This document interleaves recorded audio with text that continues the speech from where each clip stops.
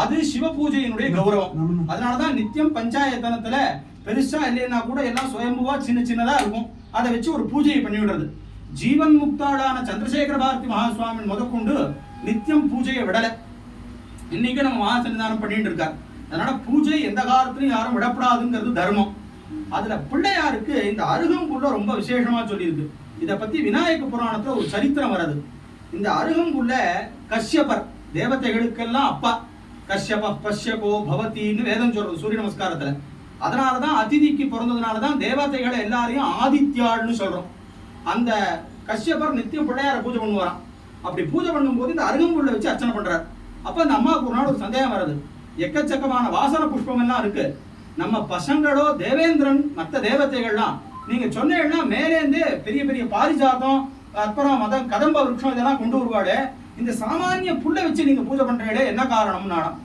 அப்படியா, நான் இதோடைய மகிமையை உனக்கு காமிக்கிறேன்னு பிள்ளையாருக்கு அர்ச்சனை பண்ண நிர்மாதி அருகம்புல்ல கையில கொடுத்து இதை எடுத்துன்னு போய் நேரா உன் பிள்ளை கிட்டே இருந்து இதுக்கு சமானமான ஐஸ்வர்யம் வாங்கின்பா அப்படின்னு சொன்ன உடனே அவ தேவமாதா நேரா கிளம்பி மேல இந்திரலோகத்துக்கு போய் பண்ண எல்லா தேவதைகளும் அம்மா வந்திருக்கா நமஸ்காரம் பண்றா. என்ன காரியம்னு கேட்கறான் தேவேந்திரன். இல்ல உங்க அப்பா கிட்ட கேட்டேன், இந்த மாதிரி பிள்ளையாருக்கு அர்ச்சனை பண்ண அருகம்புல்ல இதுக்கு சமானமா ஐஸ்வர்யம் கேட்டாரோன்னு இந்திரன் சிரிச்சானா. இதோ புல்லு, இதுக்கு சமானமா இந்த குந்துமணின்னு சொல்லுவோம். ஏன்னா சாஸ்திரங்கள் எல்லாமே தானத்துல இந்த குந்துமணியை தான் பேசுறது. உதாரணம் இப்பதான் நாம மத்த பவுனூர்லாம் சொல்றோம், அது நிஷ்கம் தோலா எடை இந்த மாதிரிலாம் சொல்லுவோம் அதை பழைய வழக்கத்துல. அந்த மாதிரி நிஷ்கம்னு சொல்றது ஒரு வழக்கம்.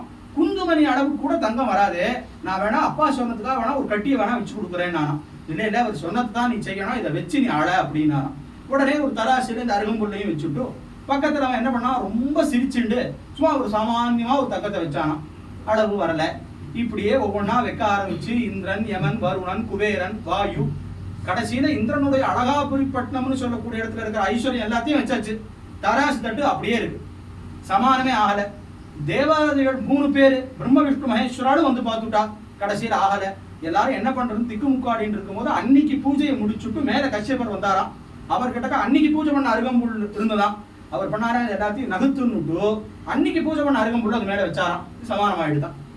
அப்பதான் அருகம்புல்லினுடைய மகிமை எவ்வளவு பெருசுன்னு சொல்லி இது விநாயக புராணத்துல இந்த சரித்திரம் வருது. அதனால பிள்ளையாருக்கு இந்த அருகம்புல்ல போடுறத ரொம்ப விசேஷமா சொல்லியிருக்கு. இன்னைக்கான அர்ச்சனை சாஸ்திரநாமம் ரொம்ப விசேஷமா கணபதி சாஸ்திரநாமம்னு பேரு, பொதுவா எல்லாருக்கும் தெரியும். இந்த சாஸ்திரநாமத்துக்கு என்ன விசேஷம்னா பாஸ்கர ராயருங்கிற மகான் ஸ்லோக ரூபமாவே ஒரு அர்த்தம் எழுதியிருக்கார் பாஷ்யம். அதற்கு பெயர் கத்யோதம்னு பேரு. கத்யோதம்னா மின்மினி பூச்சின்னு அர்த்தம். சூரியனுக்கு முன்னாடி மின்மினி பூச்சியினுடைய ஒளி எந்த மாதிரியோ அந்த மாதிரி மகா கணபதிங்கிற சூரியனுக்கு முன்னாடி நான் எழுதின பாஷ்யம் அப்படின்னு சொல்லியிருக்கார், ஸ்லோக ரூபமா எழுதியிருக்கார்.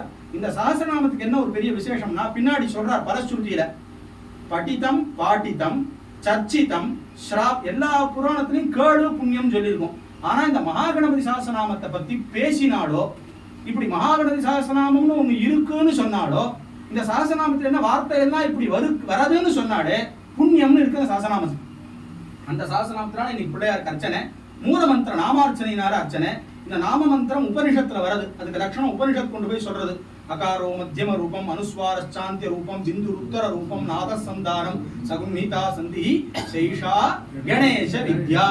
இது கணேச வித்யேன்னு பேரு. அதர்வ சிரசிலே கொண்டு போய் இந்த உபனிஷத்துல இந்த நாமாவை பத்தி பேசுறதுனால அதை வச்சு பகவானுக்கு விசேஷமான இன்னைக்கு ஒரு அர்ச்சனை. இந்த சஹஸ்ரநாமம் ஒரு கட்டு செட்டா இந்த தூர்வா நிறைய பண்ண அர்ச்சனை.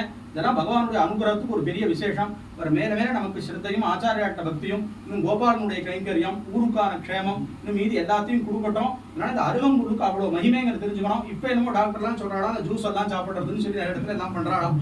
நம்ம பெரியவா அந்த காலத்துல அருகம்புல் பில்வம் துளசி இது போட்டு ஒரே ஒரு தீர்த்தம் இது குடிச்சுட்டாலே சர்வரோக நிவாரணியா இருந்தது. அதனால சிவ பூஜை பண்ணணும், பஞ்சாயத்தன் பூஜை அவசியம் ஆத்துல வச்சுக்கணும், பிரம்மயஜமாவது இருக்கணும் அப்படிங்கிறது இதுல இருந்து நமக்கு தர்மம் தெரிகிறது. அதையெல்லாம் பகவான் நமக்கு நிறைய கொடுக்கட்டும். ஹர நம பார்வதி பதயே.